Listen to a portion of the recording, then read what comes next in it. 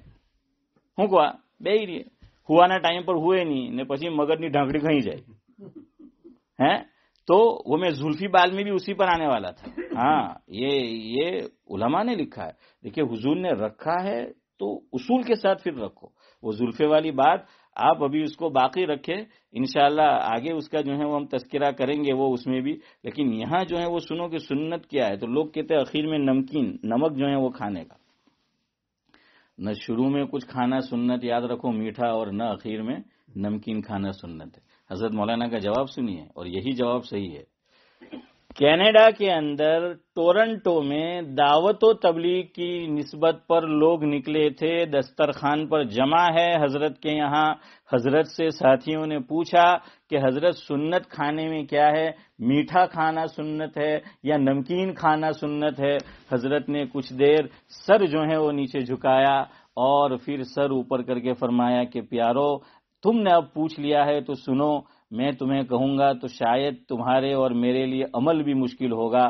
فرمایا آقا کی زندگی پڑھتے ہیں، سیرت کا مطالعہ کرتے ہیں، بات یہ ہمارے سامنے آتی ہے نہ میٹھا کھانا سنت ہے نہ نمکین کھانا سنت ہے، بلکہ فاقہ کرنا سنت ہے. فاقہ سمجھ رہے؟ આપણે એક નુક્તો કાઢ નાખવાનો.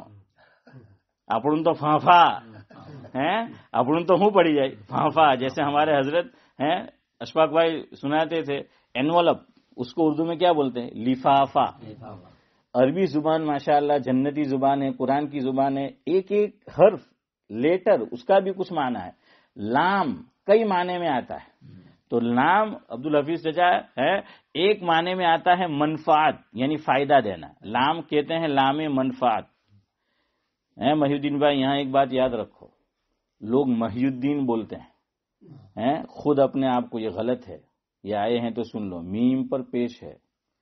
میم پر زبر آپ بولیں گے پورا معنی بدل جاتا ہے.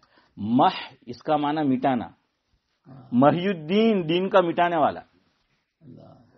محی الدین میم پر پیش ضمہ دین کو زندہ کرنے والا، سنت کو زندہ کرنے والا. لیکن یہ ماں باپ کو پتا نہیں ہے.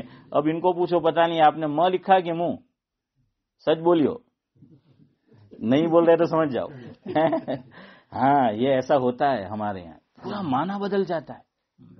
حضرت مولانا ابرار الحق صاحب ہردوئی رحمۃ اللہ علیہ عبدالصمد چچا نے ان سے اذان سیکھی، اور میں ہنسی میں کہتا رہتا ہوں کہ مغرب اگر مجھے پڑھانی ہو اور عبدالصمد چاچا اذان دیتے ہو اور مجھے وضو کرنا ہے فاروق بھائی، تو پچھی دھنا دھن وضو کروں پڑے، گاڑی اتنی پھاس جائے.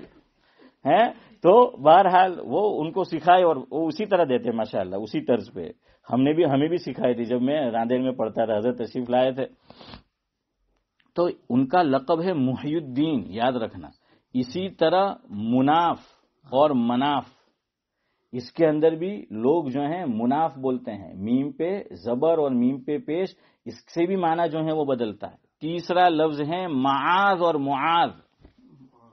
لوگ معاذ بولتے ہیں، معاذ تو پناہ چاہنا ہے. قرآن میں ہے سورہ یوسف میں قال معاذ اللہ.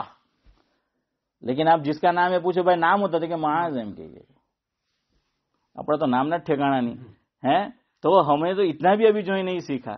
عربی اس پہ نام رکھو تو پھر سوچو اس پہ فتح آئے گا ضمہ، یہ بھی پوچھو کیوں آپ نے جیسا لکھا ہے. یہاں آپ ٹاؤن ہال میں جائیں گے جیسا لکھا ہے ویسا یہ لکھا. تو یہ تین میں نے آپ کو مثال دی، اس میں بھی محی الدین محی الدین، مناف مناف، معاذ معاذ، معنی بدل جاتے ہیں. انشاءاللہ پھر آپ کو وہ دو نام کے متعلق بتاؤں گا. لیکن محی الدین ہے تو ان کو آپ میم پہ پیش کہو.